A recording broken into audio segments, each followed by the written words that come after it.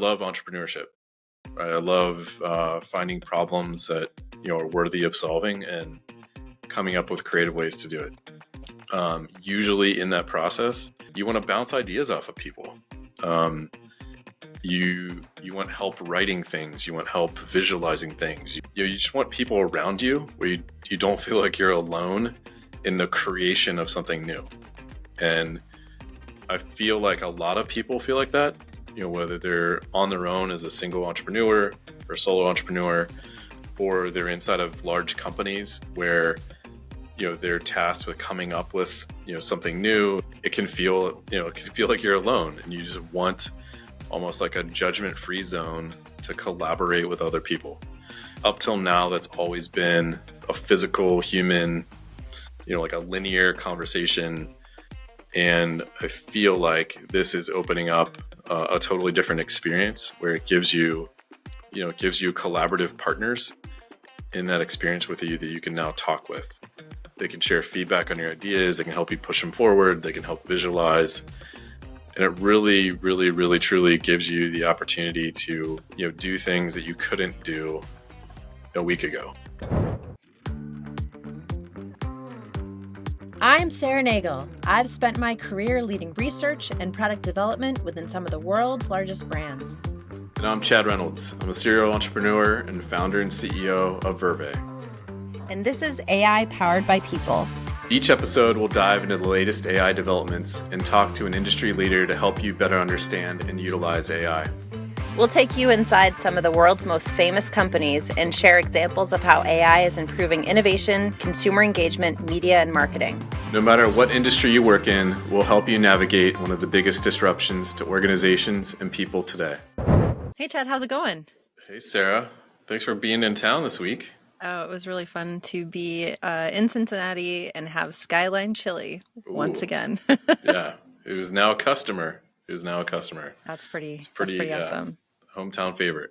So today we are going to be sharing an interview with Henry Coutinho-Mason, who calls himself a reluctant futurist. He's an author, speaker, lecturer, former managing director of Trend Watching, and a leader of 3Space and Future Human, which helps organizations create aspirational future strategies. We'll learn more about that when we talk to him.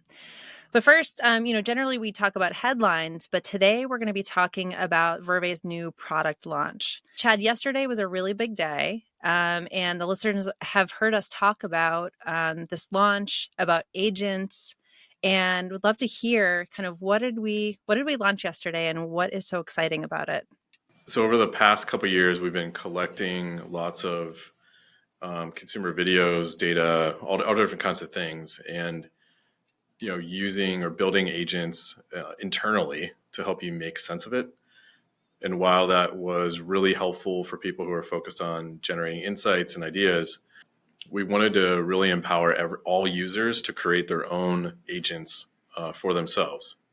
And so, as of today, when you're inside of Vurvey, you can create your own agent from scratch. Give it a name, an avatar, a description. You can pick the LLM you want to use to help with some of the reasoning.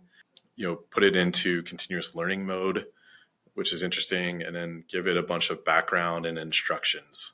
And so what an agent is think of it as kind of like almost like a software program that's using all of the data and tools that it can to help you collaborate and help you turn your prompts and ideas into like a new product idea. Okay. It really gives everybody the ability to kind of create a team of assistants around you that could be representative of an individual, like a consumer archetype. It could be like a product visualizer that helps you design new shoes. It could be all of those things. And so today we've opened up the floodgates to allow all of our users to create agents to help them. So just to kind of break it down a little bit, how is this different than the other LLMs that people are familiar with, like OpenAI and Anthropic? So what is this and how is it different and unique? Yeah, so the biggest difference is that usually with like an Anthropic, you're using Claude as their reasoning engine, For us, we've opened up that you can use Imagen, Claude, Stable Diffusion, Gemini, uh, all different types of LLMs to actually help you generate content. So just by that fact, we're more of a multi-model type of approach to agents. The second is that, with a lot of agents, you're using existing knowledge or a file to help train it. And so because we're directly connected to people, you can actually use all of the people data that you're collecting as kind of the training set, if you will, to train your agent. So I'm curious, you have been talking about this for a while. You talk about agentic AI, you talk about, the ability to create this. And I know you have the kind of this vision and it's kind of coming to life right now. Can you talk about why for you as a CEO, why is this important and why is this, so exciting for you personally? Let me separate the CEO part more from just a personal part. I mean, I love entrepreneurship, right? I love finding problems that, are worthy of solving and coming up with creative ways to do it. Usually in that process, you want to bounce ideas off of people. You want help writing things. You want help visualizing things. You just want people around you where you don't feel like you're alone in the creation of something new. And I feel like a lot of people feel like that, whether they're on their own as a single entrepreneur or solo entrepreneur, or they're inside of large companies where, they're tasked with coming up with, something new. It can feel like you're alone and you just want almost like a judgment-free zone to collaborate with other people. Up till now, that's always been a physical, human, like a linear conversation. And I feel like this is opening up a totally different experience where it gives you collaborative partners in that experience with you that you can now talk with. They can share feedback on your ideas. They can help you push them forward. They can help visualize. And it really, really, really, truly gives you the opportunity to do things that you couldn't do a week ago. And it's, we're entering a completely new space where this idea of collaborating with like virtual people is new. This is definitely a new behavior that we're introducing. I think people have started to get really comfortable with prompts and having like a conversational chatbot type experience where you can put in what you're looking for and get results. People are pushing that to some of the extremes around like personifying, who that is, of like the AI girlfriend and all those, types of companies. But there are some just very practical things that I think, you and I experience on a daily basis when we're, just bouncing ideas off one another, primarily in Slack. But what if there was a totally different kind of experience that we could pull in different agents? So who is this for? So is it for just organizations or can I tell all my friends about this and tell them that they can sign up? Yeah. I mean, ultimately it's for everybody. So, to live into our mission of, turning everybody in the world into a creator, I think as a part of that mission, you need tools to help you collaborate, create, and kind of push your ideas further. So this is for everybody. So right now, we're only available for kind of businesses and teams, but we're coming soon would be a way for individuals to sign up on their own and use it as more of like a pro tool that they could use to launch their own company, new idea, all different kinds of use cases. I mean, I've been using it personally just to write bedtime stories for my kids. I've been using it to around like different recipes or things like that. Just personally just writing or ideating with it around like landscape design. I mean, I'm using it in all different ways, but I'm also using it to design shoes in like more of a professional kind of use case, or come up with new product ideas, have it help me improve my writing around like blogs, or, I'm speaking in a couple of days at the AI Summit in New York. What are questions that might come up? Like, how do I prep? Just really interesting use cases that come up all the time throughout the day. And just to help people kind of visualize it, I think we should, sharing your screen, I think would be great. Yeah. So for those who can't see my screen, what people are looking at right now is inside of Vurvey. You have a new tab called Agents. and then on the right hand side are essentially cards. You think of them as like mini profile cards. So each agent has a name, um, has a profile image. You can select different types of agents you want to create, from creating some that are more reflective of a consumer persona or an assistant, or like a visual generator to help you kind of visualize ideas. And you want to give your agent a description, kind of why do they exist, a background, instructions around what they're making and why they're making it, and how to behave. And then you can also give it a creativity level, and then kind of the right side of the panel is to test it out, so you can kind of iterate on and fine tune it, before it's ready for release, and then publish it out to the team. So you have description and you have background and instruction. It seems like the description is kind of like just described like what beyond just the name. And then Yeah, yeah, background and instructions. Can you talk a little bit about that?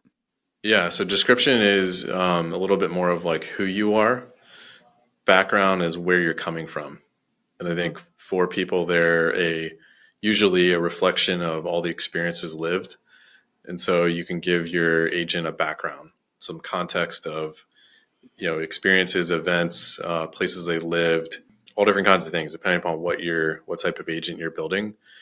And then instructions are really focused on what kind of the why behind the agent. So what are they really trying to create? What's the primary objectives and how do they operate? So it's getting much more into this step-by-step process you might go through around completing a task. Mm-hmm. So, like it could be like rules for answering. Yeah, yes, absolutely. Yeah. So, if you're looking at it as like a person, like how would I describe myself? It might be a few sentences. My background, I might touch on, schooling and kind of where I lived, what I was into, things I've done. And then instructions are like, do you want to give it some instructions of you're always going to formulate responses like this. You're always going to use this tone. You're going to stay away from these things, but also focus on these other things. It's really giving you specific instructions of how you want the assistant or the agent to operate. Mm-hmm. Can you talk about the event we did with the Oh team yeah, about creating yeah, agents? yeah. So we launched this out to our team, and the screen I'm sharing is actually like our own workspace that we're working within. But we opened it up to the full team to create their own agents, and we wanted to have fun with it, just to explore what types of agents people would create, test them out, and really refine them, find different kind of edges that they found, and how to improve some of the outcomes. So what you're seeing on screen are some of these agents. So you've got Nikki, which I was highlighting, was a gaming enthusiast. You can talk with around gaming and recommendations and all different kinds of things. And I know through the share out that Allie gave, who created this, was doing everything from her PC setup to comparing and contrasting games that were out on the market. You've got Amelia, who was helping Mary plan travel, all different types of trips and like what to do and why, and building out itineraries, all different kinds of things. Or like Chef SDK, that I used the other night, to come up with different things to pair with the show we were watching that night. So have you played around with these? Yeah, I've made a few. I think I go down the route too with like the story generator for my kiddo. So I have that one's assistant that writes children's stories. So I talk to him about what do you want the stories to be about, and we create a story together. Yeah. But what's cool about this is it seems like the possibilities are endless, because like there's someone's helping you with your finances, there's people that are helping you with or the agents are helping you with cooking, there's a super dad that helps you be a great parent, there's fit, like it just seems like you could create them for really anything, Yeah, wherever your imagination could go. absolutely. Yeah, I know we touched on before of just kind of the kid stories, and this is literally just last night. Kind of used an agent to create a bedtime story. Walk through this, use my kids' names, and generate, at the end, kind of generate images for, what the cover art might look like. Because as I was telling them this story, and they're like, "What does it look like?" I'm like, "Well, hold on a sec." And so it was just a fun activity for them that I know, for this, it may not necessarily relate explicitly to like business use cases, but in a lot of the work that teams are doing, it's all around finding an insight, and then turning those insights into new ideas that you want to visualize. Sometimes you want to tell a story that's, like it's a shoe and it's the story around it of like how it came to be. Other times it's, quick summarization or like do it in this style, or I wish I had someone who knew this knowledge next to me that could bounce this idea off of. You can do all those in minutes. And so I really think it's going to change the way how teams can work or how individuals can work, where they now have someone they can bounce ideas off of. Yeah.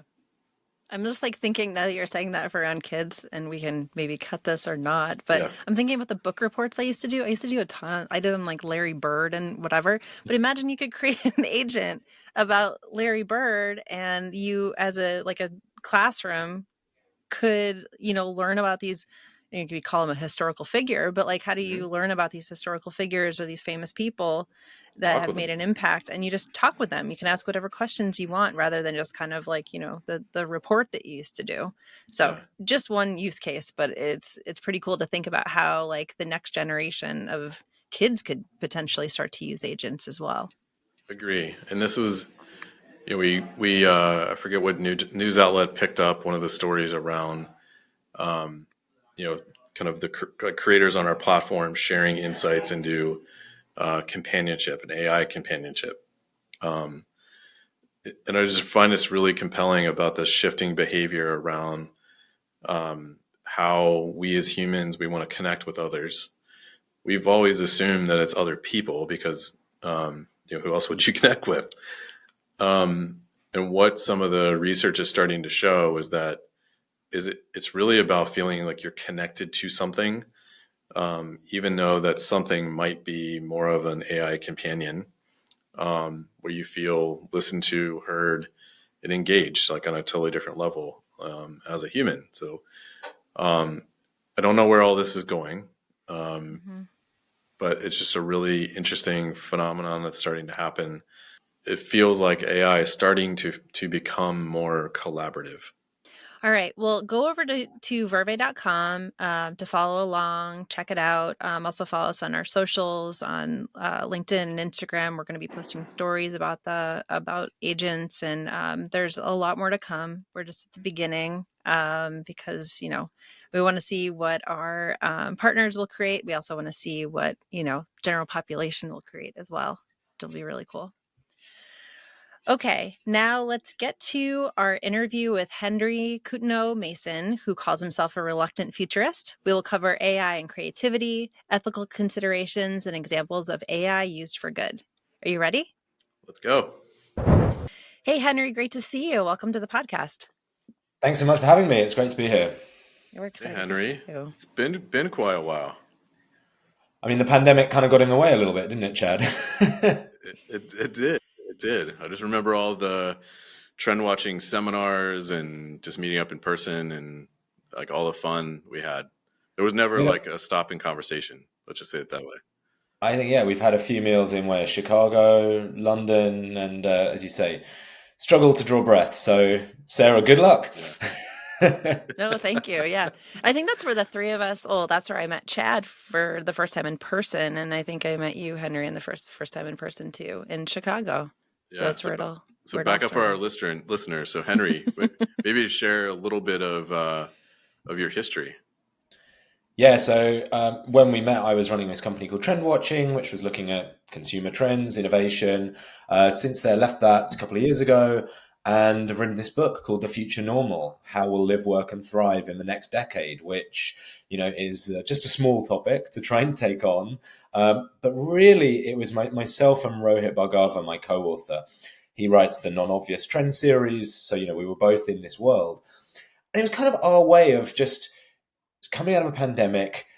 There was so much dystopianism about the future, right? And kind of both the short term, but also, as I'm sure we'll touch on, with AI, the slightly longer term. So, you've got health, you've got climate, you've got technology, all of these things which are, if you read the popular press or watch Hollywood, essentially doomed to wipe us out. and look, I'm not going to make any broad prognostications about whether that will or will not happen.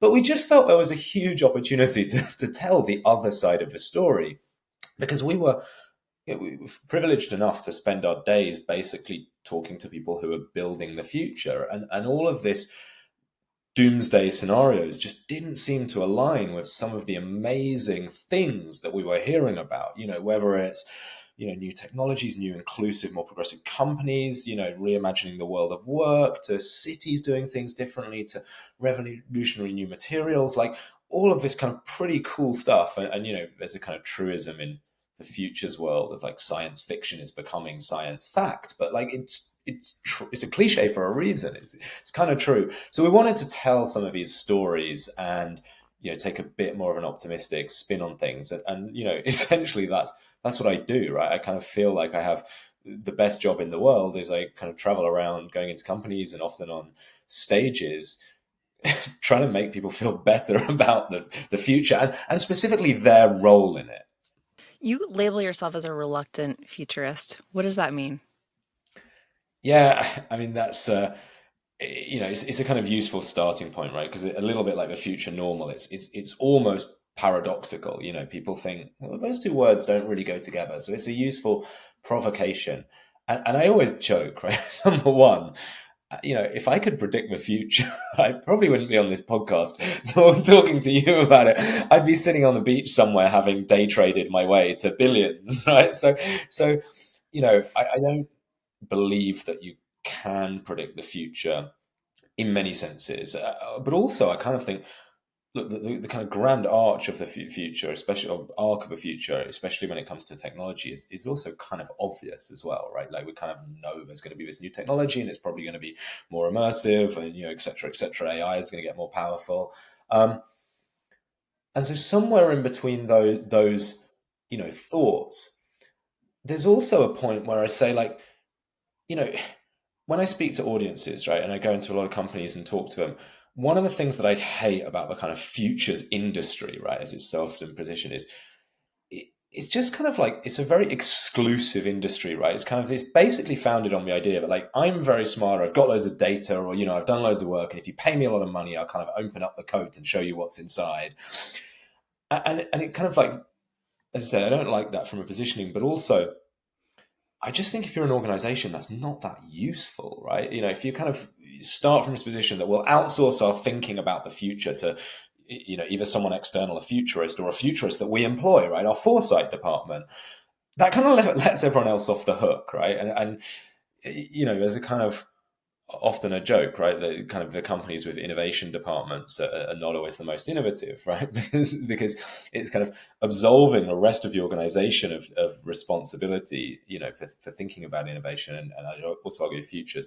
So I kind of always say to people, look, the world's moving so fast, you can't predict the future as it is. So you have to get in there and create it yourself, right? And so what I prefer to do is to kind of help people develop this muscle of how you can anticipate the future. And I say, we write about this in the book, reluctant futurist, I prefer to be called a nowist, right? Because it's really about, for me, looking at what is happening today and using those signals to identify insights about the futures that you could create, right? And ideally, as I'm sure we'll come on to, these will be better futures, for your business, for your customers, and also for the world at large. And I just think that's a much more exciting, active, proactive position when you're thinking about the futures, rather than this kind of like, I'm going to get a report or some guy come in and tell me about the future. That just feels very, very disempowering to me. So speaking of right now, what's inspiring you right now?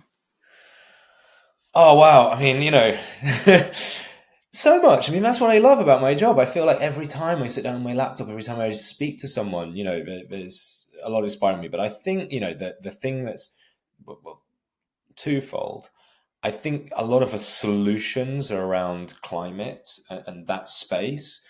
On the one hand, it's kind of terrifying if you look at some of the scientific data of where we've come from and where we are today. Again, the thing that scares me is like I'm not enough of a scientist to know if we're going to move fast enough.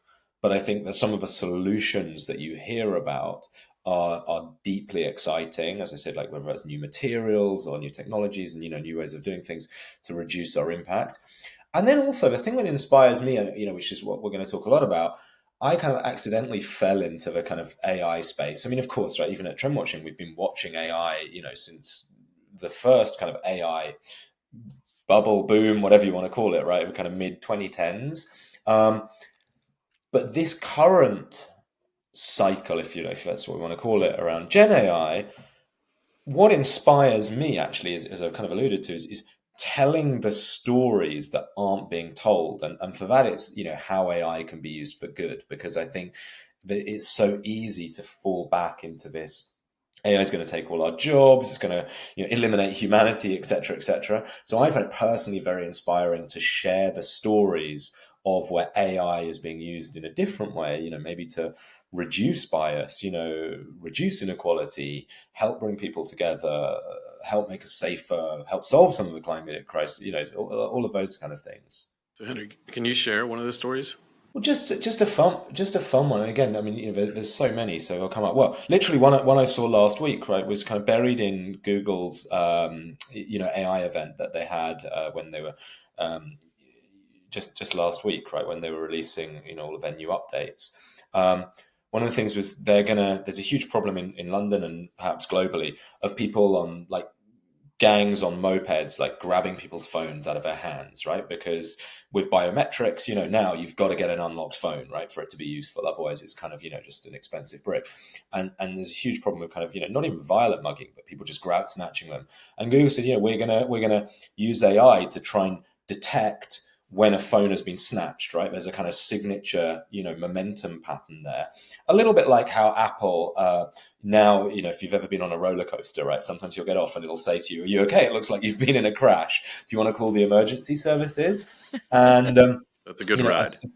yeah, a similar idea. Google and say, we're going to essentially, try and use AI to detect this movement pattern and therefore lock down your phone. So even if your phone was unlocked because you're in the middle of using it, if a criminal grabs it, we'll kind of stop them essentially having access to all of your data. And that's just a small example, but I think it's one of those news stories, right? People often say to me, kind of like, how do you predict the future? How do you spot these trends? And I always say, like, I'm looking for signals, like, and a signal essentially is something that's a news story, right? So, a new product launch, a new feature, could be a new startup, right? The kind of bigger end, right? A whole new business. But it could just be something like that speaks to a basic human need or want that we have right there around, kind of security and data security, privacy, physical security, right, as well. And I often say, like, with most of the things, and I was laughing with Rohit when we wrote the book, we said there's a certain paradox in writing a book about the future normal. Is, in a way, if we've done a good job, in 10 years' time, the book will feel so stupid, right? Because it'll be like obvious. Like, why are we even writing about any of this stuff? Because of course that's the way the world is. Now, I doubt we will get every chapter will be spot on, but I think there's a kind of interesting parallel with the world of AI there. People often say kind of AI is anything that we can't explain, right? You don't think of Google as AI anymore. It's a search engine, but essentially it is, right? So there's this kind of weird paradox of things that are interesting in the moment that they're released because they're new and they kind of raise our expectations around what is possible.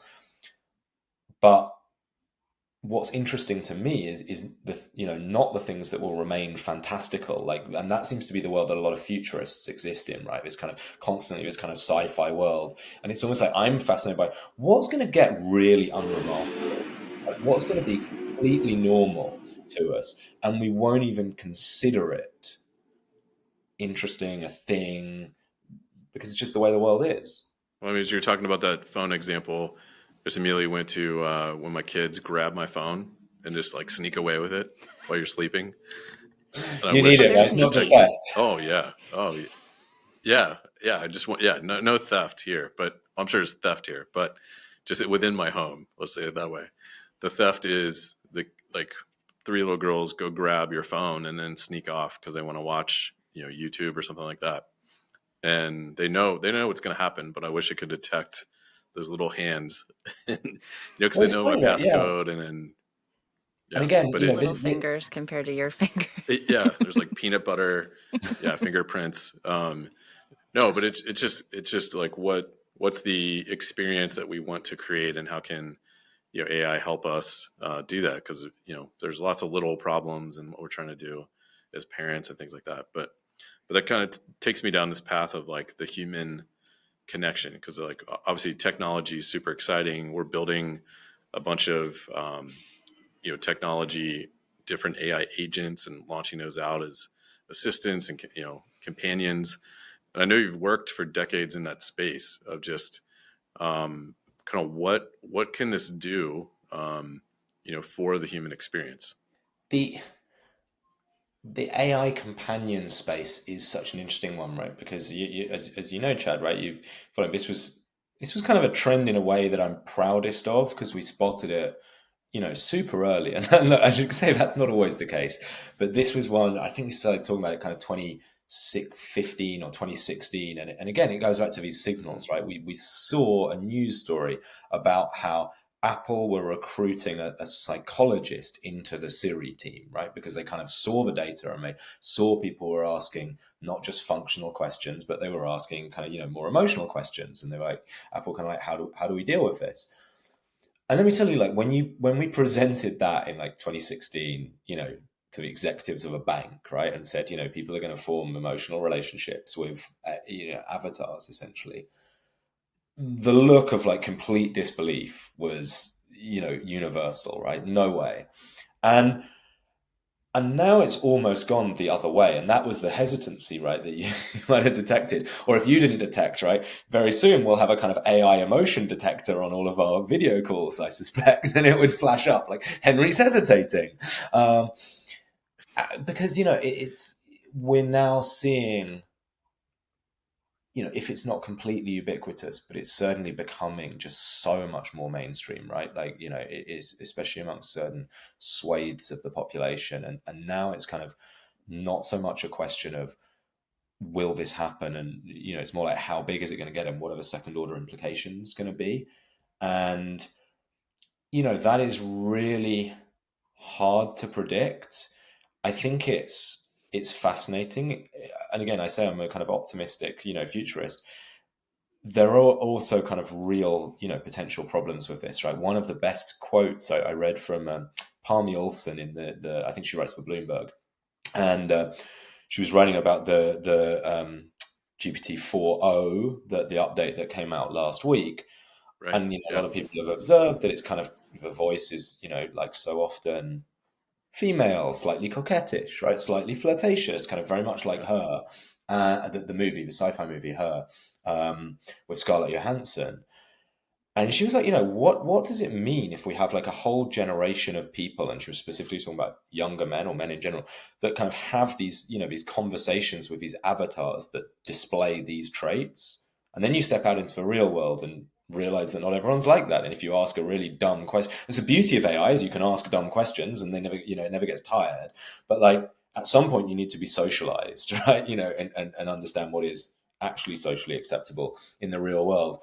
And I was at a fascinating event with Scott Galloway last week here in London, and he made a really interesting comment. I thought she was like, I think the big existential risk from AI is not AGI taking us over; it's loneliness, right? It's like a generation of people being brought up to think that this kind of virtual facsimile of the real world is equivalent to the real world, and it just isn't, right? And I think, but this goes full circle back to what I was saying about I'm a reluctant futurist, because in the in the world that I exist in, talking to people in a B2B context, like one of the reasons, why I love it, and I always say to audiences, like, speaking to people who control some of the biggest organizations on the planet, right?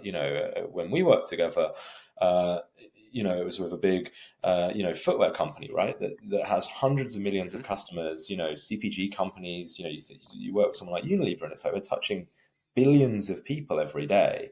And I always say to them, like, Right. Yeah. you have a choice. You can sit back and kind of accept this dystopian version of where AI companions are going, or you can create something, which, I mean, just taking a spitballing, if you're Unilever, like, what about a personal health coach that teaches, kids good hygiene, health habits, right? If you're a bank, you can, a financial coach where you're spending your money better, right? If you're, you don't have to, you don't have to let this passively happen, right? Right.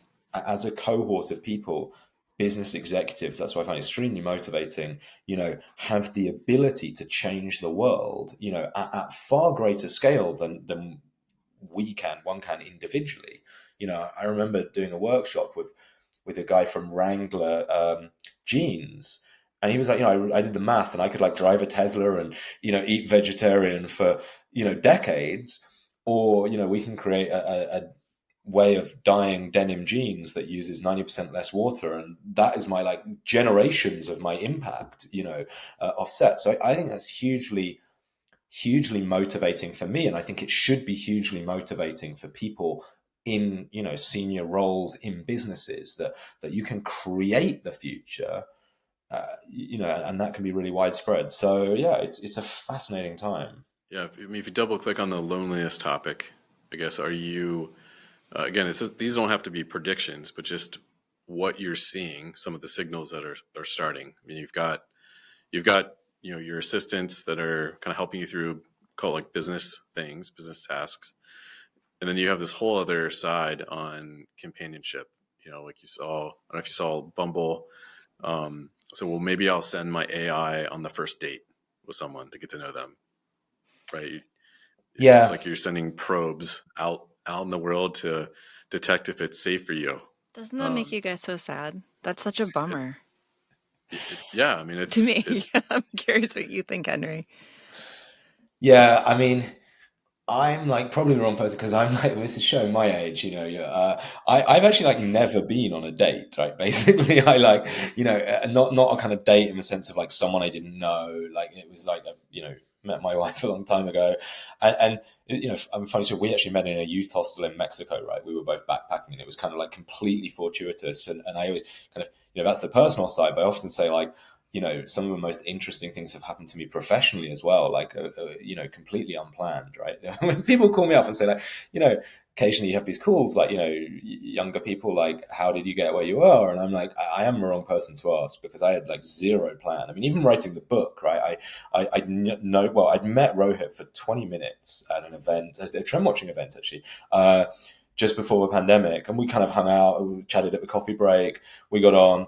Even when I called him, I wasn't really pitching him a book. We just kind of had this conversation, and it fell out. Like, we realized, okay, we both got time to do this. Like, let's give it a shot. And, we don't really know each other, so we'll just give it like a couple of months and see what happens. And it ended up manifesting itself. But yeah, so I'm probably the wrong person to ask about a dating scene. But again, the maybe cynic less in about me. dating, but less about dating and more about, like you had email meetings kind of brought people together. You had FaceTime and Zoom during the pandemic that, again, kind of replaced physical. And then you've got AI now, which is always on and it always talks back. And so where do you see this taking us? Like, I know there's positives to it. There are negatives, I think, are broadcasted out, but are there good places that it takes us?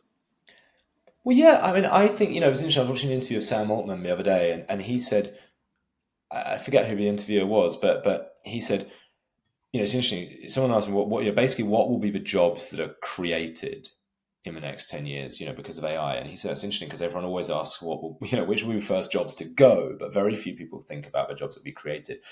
And he was like, obviously, I can't, predict with a crystal ball, but he said, my suspicion is basically jobs focused on in-person experiences and events, right? We've kind of seen this already. I think if you think back to like when the internet first came about, a lot of people kind of predicted it was the death of distance, and like you could be anywhere, right? I mean, in the UK, could be in a hut on a beach in Scotland, or you could be working from a kind of remote part of the US, because distance was collapsed and it didn't matter, right? Why would you pay New York rents, right? When or wherever, like San Francisco rents.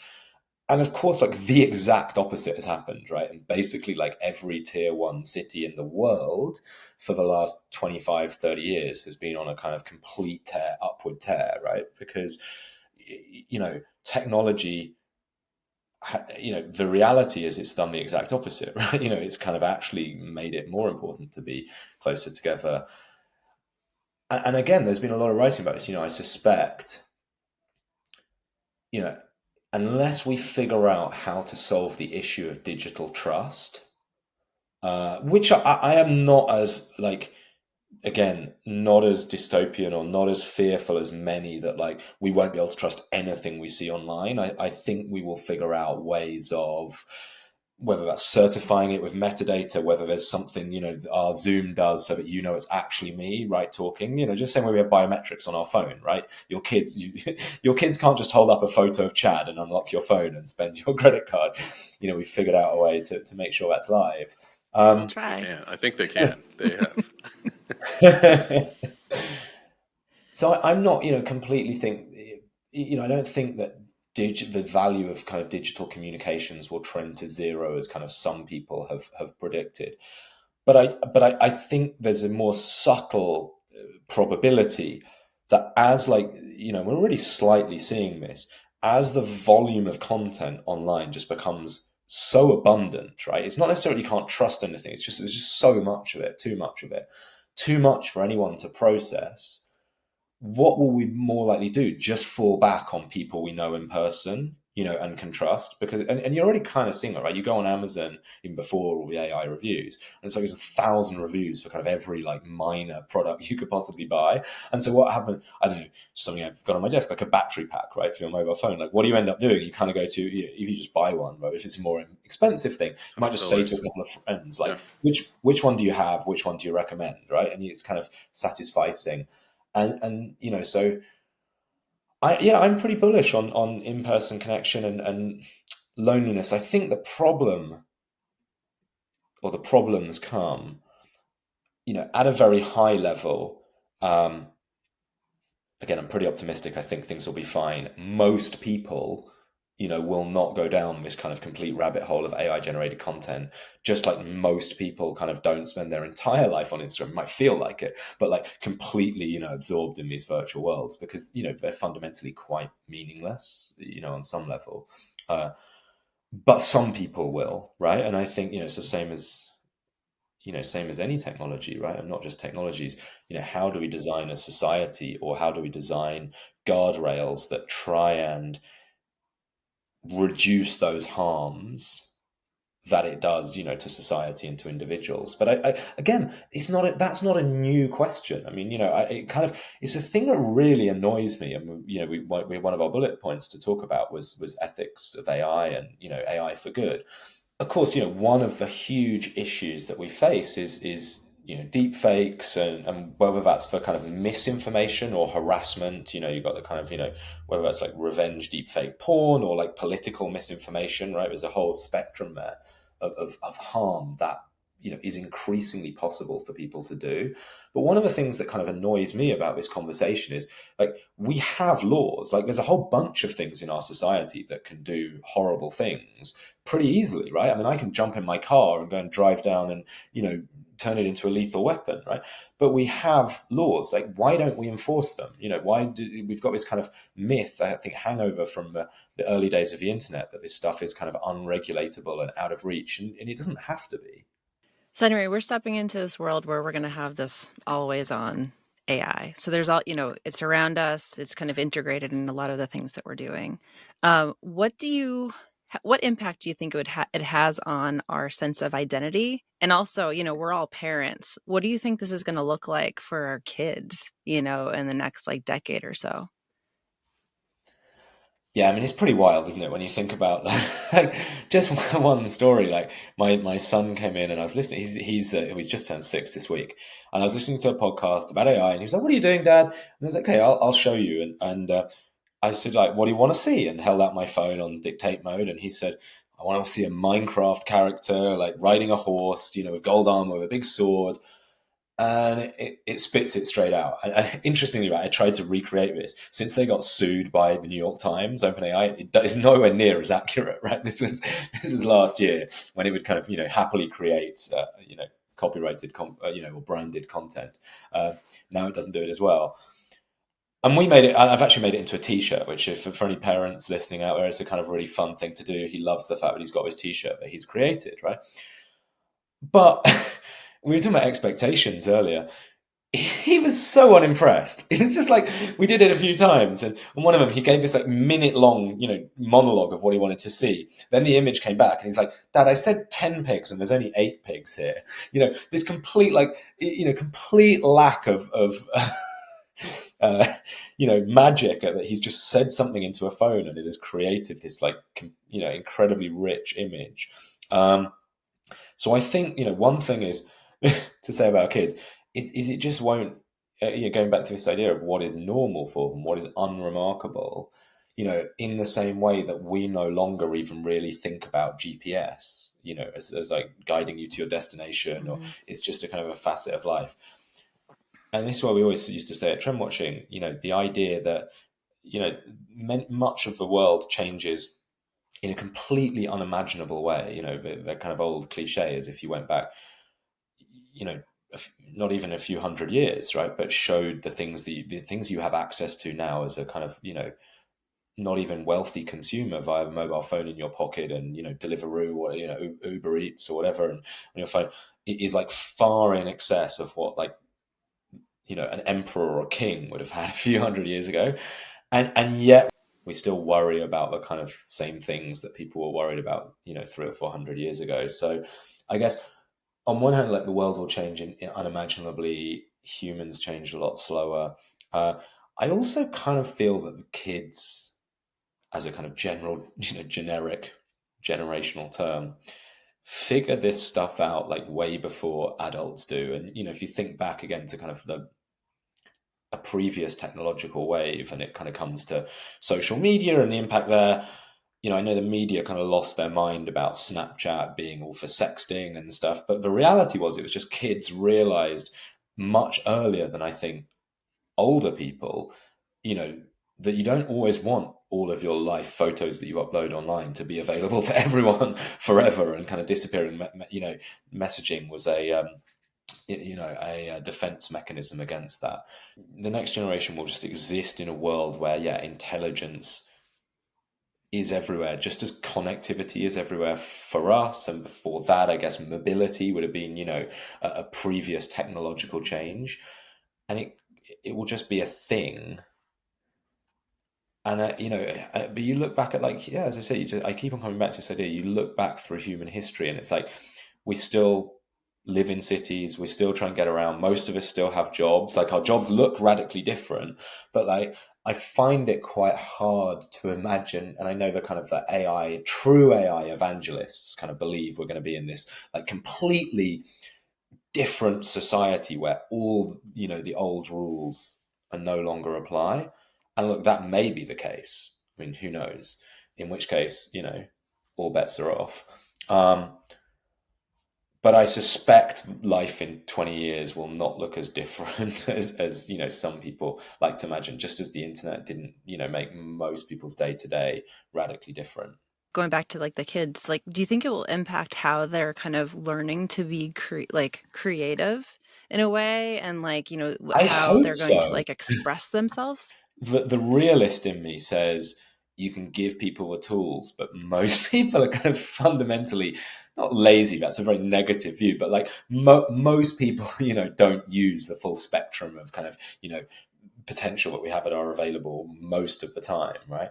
But like one of the books that had the most profoundest impact on me was the Ken Robinson book about finding your element and how it changes everything. And I don't know if you guys are familiar, but Ken Robinson, who has this, like, I think it's the second or third most watched TED talk of all time about how schools are crushing creativity, basically, and how one-dimensional like our education system is at the moment, right? It's very focused on kind of narrow academic achievement, and like that feels to me like a tragedy, like a genuine tragedy of how much human potential. I mean, and that's just talking about within.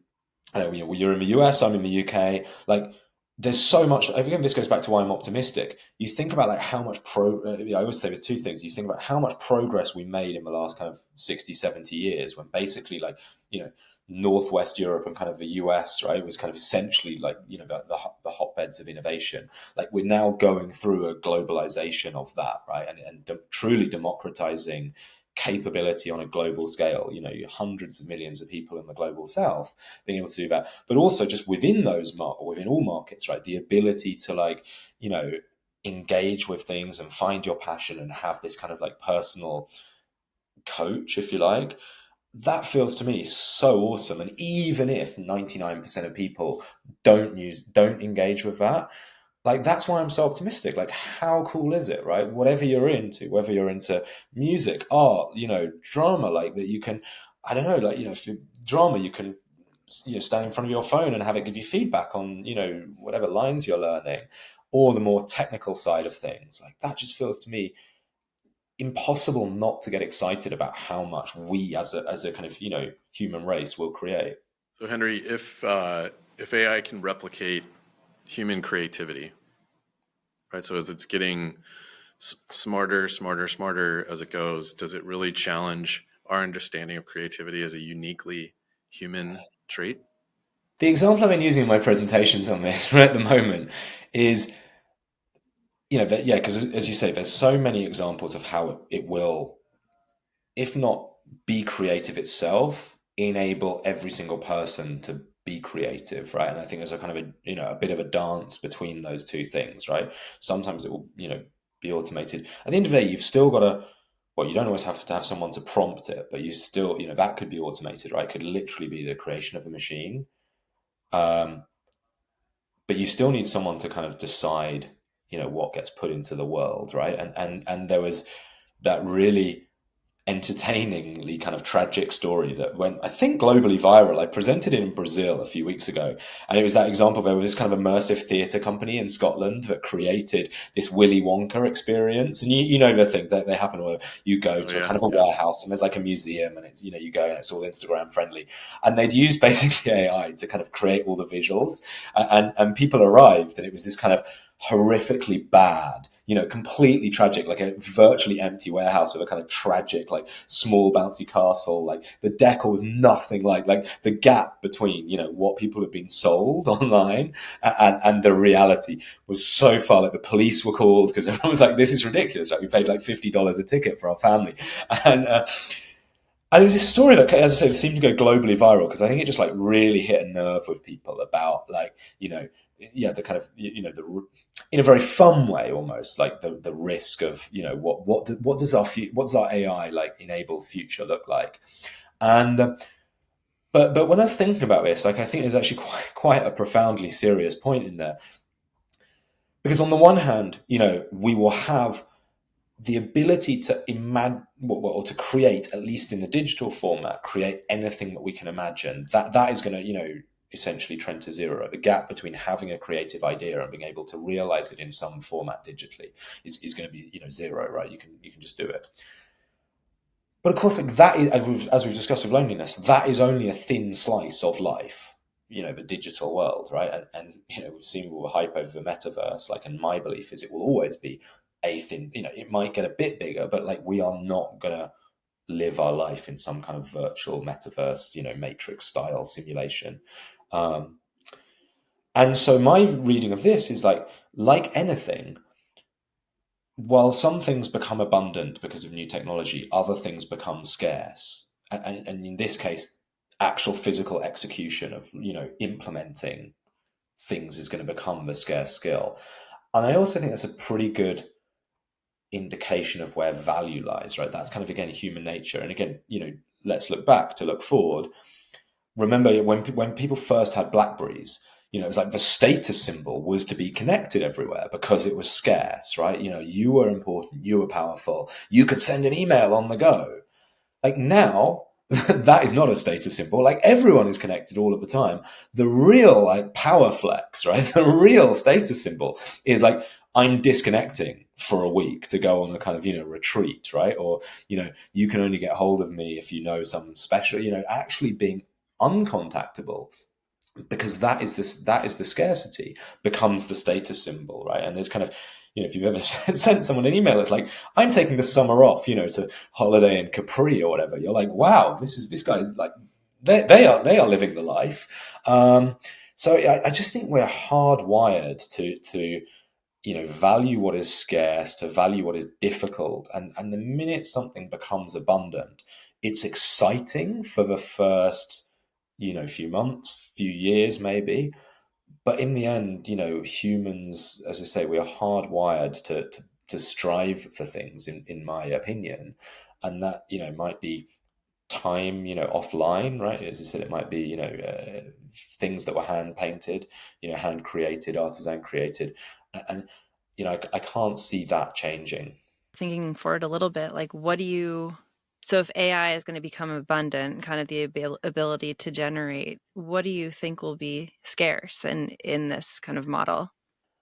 We just don't know yet how intelligent, it will get. You can assume, and you can project it gets more intelligent. But as I'm sure everyone listening to this podcast will have had that moment, it's like it displays currently kind of flashes of such complete brilliance, like, the old cliche, right? We always thought it'd be kind of humans, humans would be writing poetry and, writing song lyrics, and that was a thing. And I saw quite a funny tweet the other day. I can't remember the source, so I can't attribute it, but it was kind of like, why are we seem to be developing AIs that basically it can create art and be really creative, so I have to do my laundry and tidy up. I thought we were going to create AIs that would do the domestic chores for us and they were the robots, so we could write poetry all day. Yeah, we just don't know where it's going to go. But again, it just feels to me like true human connection. And I know, Chad, that was a question you asked again and again. What do humans want out of life, right? You kind of, you want to build a family, create people, you want to be seen and heard, you want the same things. And again, I keep on kind of saying the same message. The reason why you can remake a kind of a Shakespearean tragedy, today, right? It might be made in a kind of Hollywood remake, but fundamentally the stories are still the same because, we do not develop nearly as quickly as our technological capabilities. So, we touched on dating, earlier. The desire to find someone that makes you feel special, to build a family with them, that feels like it's still going to be incredibly scarce, incredibly hard, incredibly challenging. But again, that's what makes it meaningful. I would love for half of my to-do list to fall off and be able to hand that to AI, right? As I'm sure you would. It's like we still do so much that feels kind of completely uninteresting to us. So Henry, maybe if I can go a little maybe theoretical or deeper, what do you think, like as we enter this new age, how do you think how do you think AI impacts people's understanding or belief in God? I started listening to a lot of different podcasts on, people trying to look at you have like your conscience, like it's you kind of have this inner voice of as you're navigating and experiencing the world that's telling you about different things. The only way I've ever been able to get back anything is through a human kind of like interacting and prompting and all those kind of things. But now you have this other tool or path to get different knowledge. Just curious your perspective on how you see this impacting people's belief in God. Yeah, I mean that's a fascinating question. And look, to be totally honest, it's not something I've really considered actually too much. I mean, it's probably displaying my typical European roots, right? Is I'm not particularly religious. I'm kind of loosely nervous, I guess, about not being a believer, but I'm not a particular believer. So it's not something that I've ever, given too much thought about. I'm going to go and think about this. I'm going to go away and think about Yeah. it. No, it's good. 'Cause, I mean, like as a human, just speak for myself, but like as a human, there were some of these innate things in being a human that you feel like creative problem solving is just such a unique thing for humans. Um, like we want, I don't know, I just feel like a desire to solve problems. I feel like a lot of people, are builders, creators, makers, see something, you're just kind of wired to go fix it. Um, and Yeah. so, and also being social creatures, like we're drawn to one another. If we don't, we die. Well, that's And, it, right? So we've already kind of so touched, yeah. We've already touched on the fact that I don't think it will replace human to human connection in any shape or form, right? Because it's just not, it's not as rich, right? It's not as nourishing. I also think on the creative problem solving front, I just don't buy this kind of theory that or fear that we will somehow like give up our agency because AI comes along, and it right, goes back to Garry Kasparov, the chess player, right? He refers to himself as the first knowledge worker that was disrupted by AI, right? He was in a field where it became obvious that the computer could do it better, right, than him. And there was an interview of him, I think 10 years or 15 years after, on the anniversary, whichever anniversary it was. It was like, we haven't stopped playing chess, humans, right? It's not like we're like, okay, well, the computers do this. There we go. We're never going to do this again. And he goes back to on both fronts, the human to human connection. He's like, no one is interested in watching two AIs play chess against each other. As you say, we're hardwired to care about the people, the stories behind that. But he said also, like, the best chess players now are better than he was because we have the computers to interact with and to learn from. So again, I'm very much of the opinion, we will look back and just view it as a tool like we do every other technology that we have, right? We don't like, accountants, right? Like, when spreadsheets came along, like, that it completely revolutionized the finance function on like every level, right? Kind of tasks that were either impossible or would take weeks took like minutes, right, to do with a spreadsheet. And I mean, both on the front of jobs, there are now way more people employed in finance than there were pre-spreadsheets because the function expands. But also, they're doing more interesting work, right? Most of them, because the kind of the job of like rote entering numbers into a sheet, that is not a creative problem job of creative problem solving, right? And you can kind of argue the same thing has happened all the way back, right? Every kind of technological revolution, farming, right, was a pretty kind of, just a functional, it wasn't even a job, right? It was like what you had to do to survive, right? If you think all the way back. Now, like hardly anyone's a farmer in advanced societies. And, even then it's a more creative task because you're trying to optimize yields, et cetera, et cetera. So like, yeah, in terms of like, will it completely disempower humans and make us feel like our life is not worth living because the AI does everything better than us? I just don't see it, right? I just think we will coexist with it. We use it to augment our skills, the problems that we solve or the problems that we engage with. We unlock new problems to engage with. So I'm just like hugely optimistic because as I said, with the small caveat that like if you get complete ultra super intelligence that runs away, that is obviously like could change things if you listen to people. But again, it goes back to this saying the same message over and over again. When I speak to like business audiences, that's often the question. I'm kind of like, guys, I mean, it's a valid question for us as a society to be having, and I'm glad some people are having it. But like, you're the, I don't know, whatever people team at a beauty retailer. Like, we're not going to solve that. You're not going to solve it. It's kind of above our pay grade. Like, and again, it's like this idea that so much of futurism or the futures industry is can be so abstract and, to be honest, like just not useful in my opinion, right? There's so many other more urgent, pressing, smaller, but like problems you can actually engage with where you can have a real difference. As I say, I'm glad like some people are thinking about this kind of like AI safety in the same way I'm glad like some people are, engaged with nuclear, proliferation and like control of those weapons. But like, do we need all of society doing that?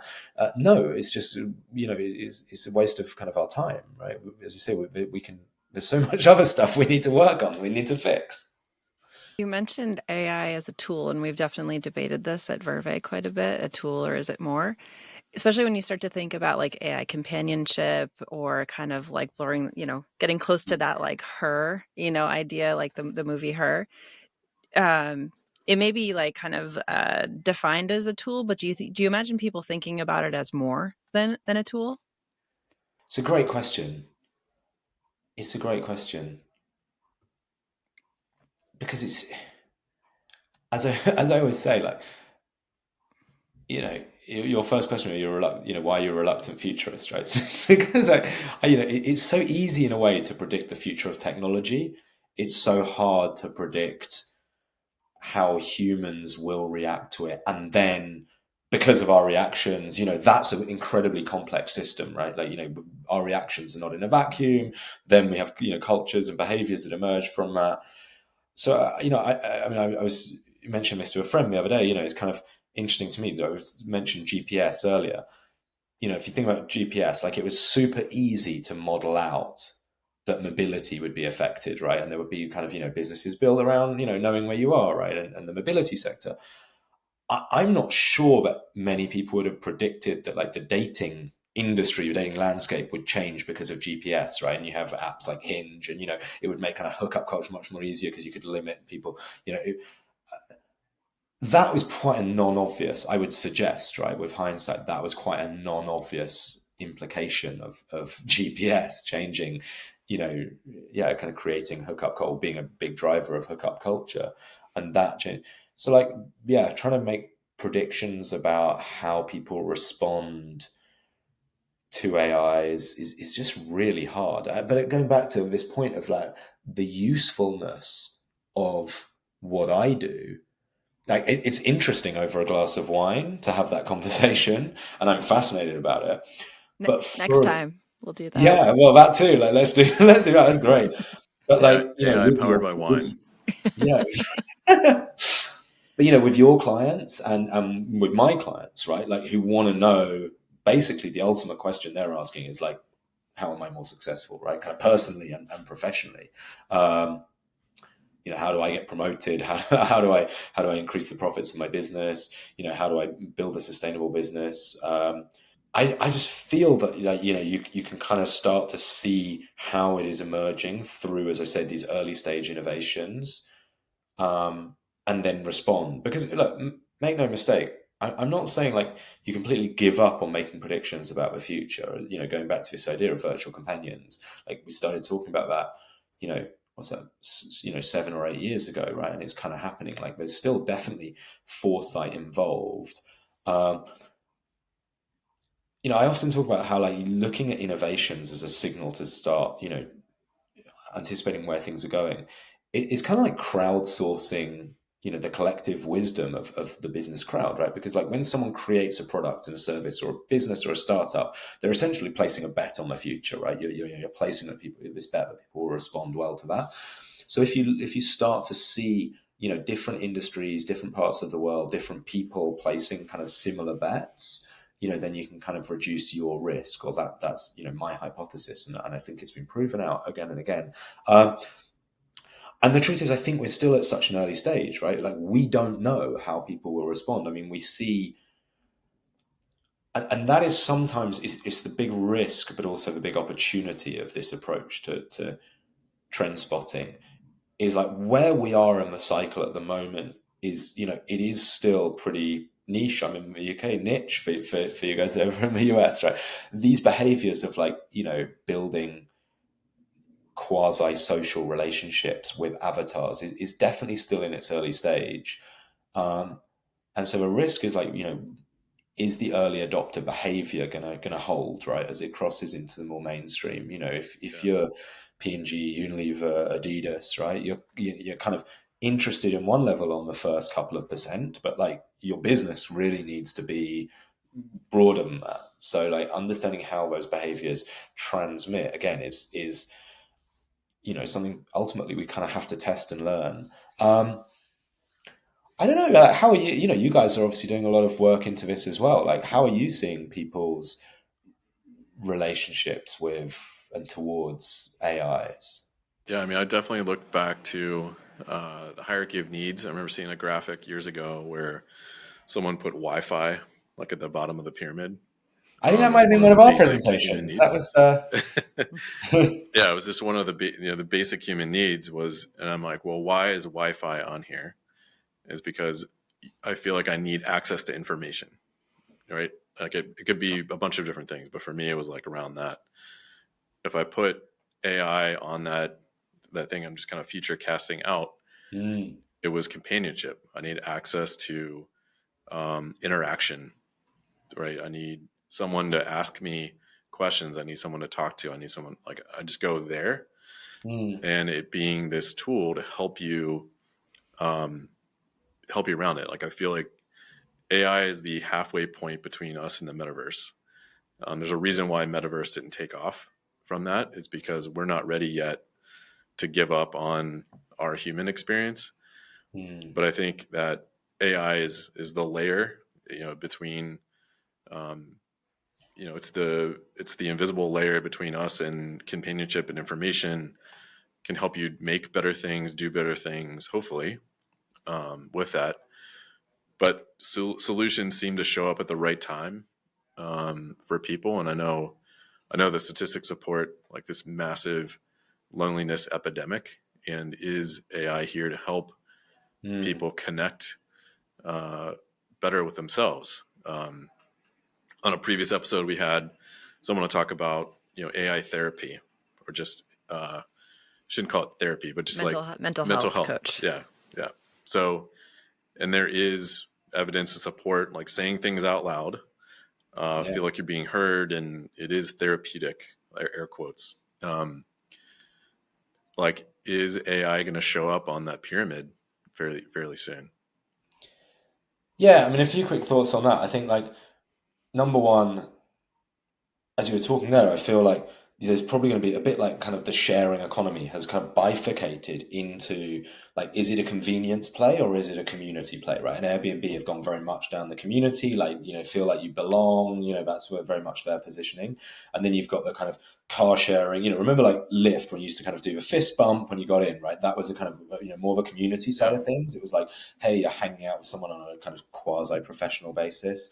Um, you're still paying them, right? But like, it's the community, and then it's like, just get me a car fast, right? And it's cheaper. This was the promise of kind of Uber, and I suspect the same thing will happen with AI, right? There's going to be kind of functional AI, like get shit done faster, basically, with less thought. Yeah. And then, as you say, there's the companion side of things. So if I was an AI company or think about my AI strategy, you kind of need to think about which path you're going to go down. It is my suspicion. But it's like the blank page problem. Like if you sat down and someone said, "Hey, Henry, be creative," most people might say, well, "I can't draw," and everybody associated creativity with art. And I wonder if that is going to be true in the future. Well, and the thing, I know you had my collaborator Natalia on the show, right? One of the things that we're really bullish on and what we're developing is a kind of like AI augmented doodling exercise as a creativity, because I just don't think it will be, as I said earlier, really powerful trends just become so embedded in our lives that we stop even thinking about them as things. The cliche, I'm sure you've heard people talk about, it, originally people were like electric this, electric that, right? And eventually everything's electric, so you drop that, and that's the stage we are with EVs, right? They're still electric vehicles, right? At some point that will become a nonsense. It's the same with like all those companies that had whatever in their name, and like, x.com, right? Trendwatching.com, that was our company name, because it was a way of differentiating it. And sooner or later that demarking something as AI will just become, a nonsense, right? We won't notice it. And I think the same will be about creativity, right? We won't, what is exclusively human, what is exclusively, AI, it will just be a kind of a messy middle that Yeah. you don't even think of, like, did I use AI to create that? No, I just used things. It's like electronic commerce. You know, Yeah. no one. It just it's all omni. Like I just buy the thing. I just happen to pick it up, or it's brought to me, or whatever. I mean, but it took a while for Yeah, that to and happen. there will always be a niche in fully manual stuff. There's going to be people who use manual analog cameras, right? But 99% of the people will just press a button and they don't care. They don't want to know. There's a whole load of AI stuff going on to make their image look, passable, but it's irrelevant to most of us, right? Again, it's the the AI thing will get most interesting for me, when it becomes invisible. And again, I go back to that example I shared earlier about Google using AI to kind of help protect your phone if it's snatched, right? Like, we're still in the stage where most, AI features online are kind of, hit you in the head with a hammer, like, use our AI companion, use our AI. And that, to me shows we're still in the phase where, like, people are pushing the technology when it's, and if it's, if people talk about this, where Apple are kind of, generally pretty good at stuff, is like they focus on the job that the customer wants to do or the user wants to do with the thing rather than the thing itself, right? And I think, that is where things get more interesting, is when it's just focused on, this is your outcome rather than this is what goes into it. Because who cares about AI? Like, ask 99% of the population. And again, it's like Google Maps is like a bunch of AI. Waze is a bunch of AI. I just don't want to get stuck in traffic. I mean, that's the need. Who cares how? So, Henry, you are a reluctant futurist with definitely an optimistic point of view when it comes to AI. Can you leave us with one last example of your favorite, AI, an AI example of that's bringing good to the world? Yeah, I mean, I've got an example which is which is kind of good, but also shows the challenges that we'll face. Right. So one of the examples I've been talking about recently was Call of Duty and Activision, the video game. They have now this thing. They have huge problems with kind of essentially female gamers suffering harassment and bullying, and in the voice chat channels. And they now have this kind of AI monitor, right, where it will supposedly pick up hate speech or harassment, and essentially pop up a notification on the person who's saying this abuse, and say, whoa, like, this is kind of not in line with the rules of the chat channel. We're not going to kind of send your message, and you want to kind of think about what you're doing, and if you keep on violating this, we'll ban your account. And that, on the one hand, the optimistic view is like, that's amazing, right? Like, we can now use AI. There's so much about bias and discrimination in AI, but like, I'd tell a story like, what if we can use AI to actually reduce, discrimination and exclusion, right, and create healthier cultures? But of course, there is a caveat to that. Whereas it's messy, right? And how does an AI have the ability to pick up on nuance, on joke? And again, like, you get into this like very, gray area where like one person's humor is another person's abuse.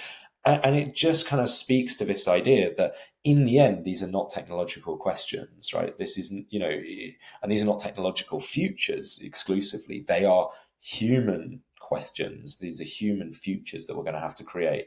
And again, just to kind of hammer home the theme of the episode, like, it depends, and there's like, there's fuzziness that we have to work through. And in a way, that's what kind of gives me confidence and optimism for people, is that, like, and we see this again and again, like, what are the answers? Like, you can't just delegate everything, to machines and algorithms, because like, we don't know what good looks like half the time.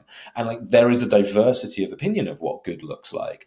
And so in the end, we're going to have to still remain engaged, if nothing else, just to have those arguments, right? That's not, at least until we get to kind of complete subservience to the machines, and we just kind of have to take what we're given. But like, I feel like that's a long way off. And, it's kind of like, I mean, I'm sitting here in the UK. It's kind of like soccer, right? Why do people, why is soccer the world's most, popular game? There's a theory that's basically because there's so many arguments that come out of it. And that's kind of what keeps things interesting for us as humans. So even if that's our only future, where we can just kind of debate and disagree and argue, then, hey, at least we're involved. Thank you so much for joining us today. This is great. Thanks, Henry. Thanks so much, Sarah. Thanks so much, Chad. It's been a pleasure.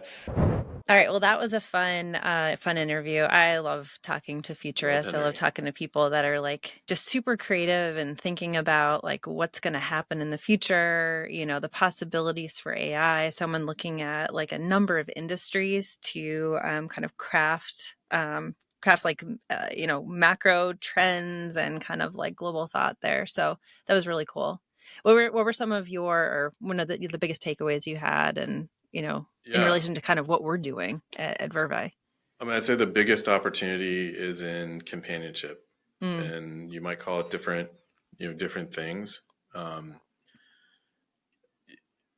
I just think it's something that everybody needs right now, and it's coming across in a lot of different ways. But I do think people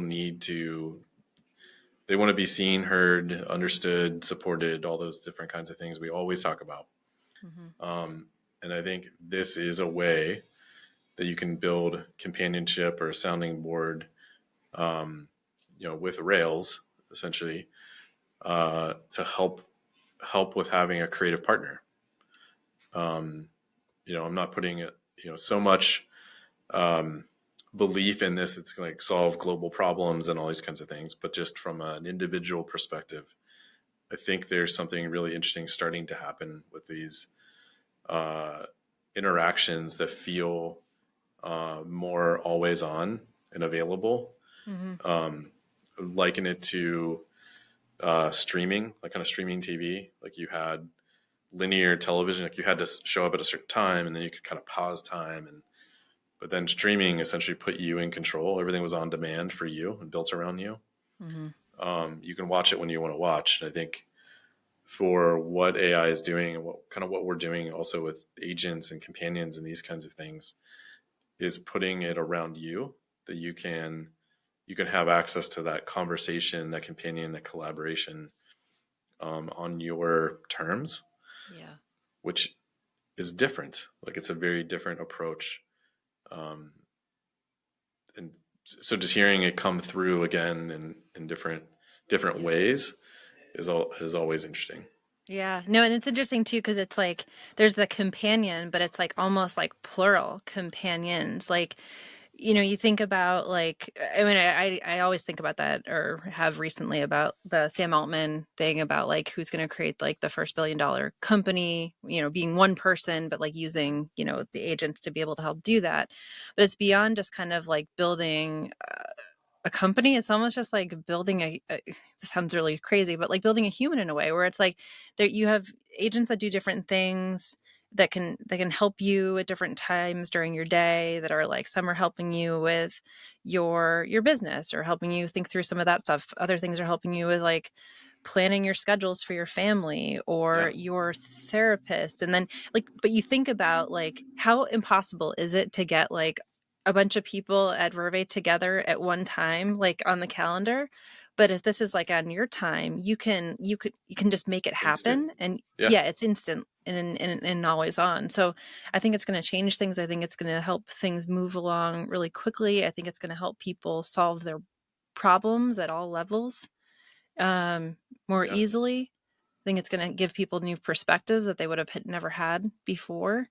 So it's just really crazy, like being in it and creating agents and playing with them, and then thinking about the possibility of this like network of agents. That's where it kind of starts to blow my mind a bit. And we're kind of just at the beginning, and that's what's so crazy about it.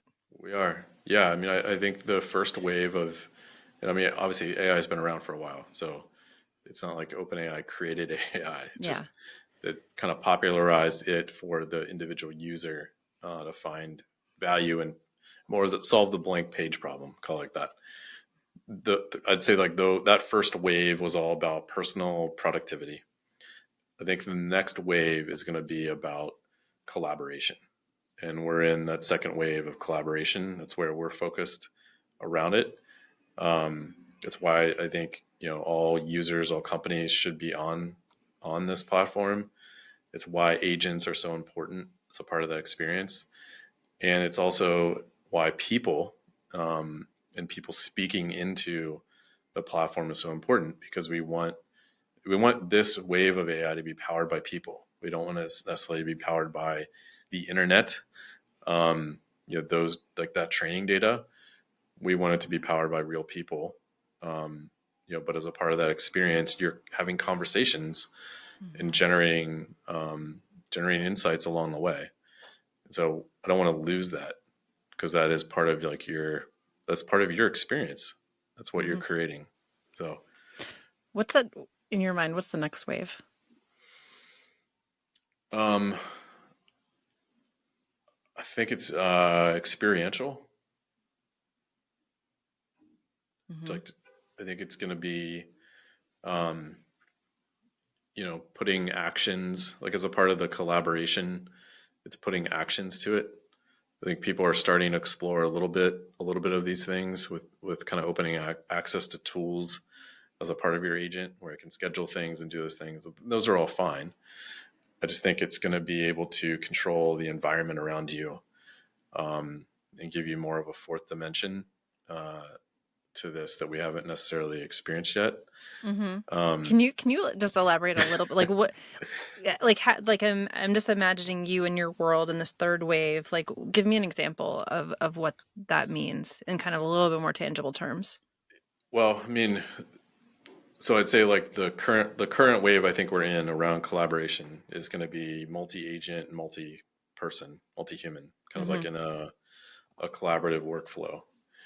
I think the next one is going to be, beyond it being work, like is the experience that agents are also asking you questions that aren't prompted by you.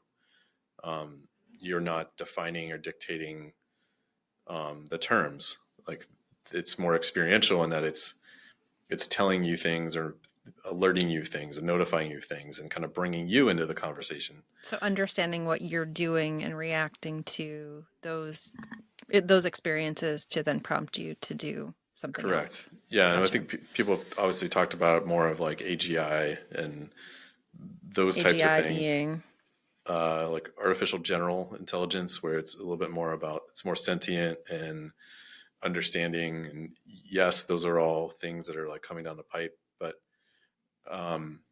I also think there's this just different ways of bringing you into things that we don't even know what those are yet. That's going to do it for this episode of AI Powered by People. The show is produced by Steve Berkowitz and brought to you by Vurvey. Thanks for listening. We'll be back next Tuesday.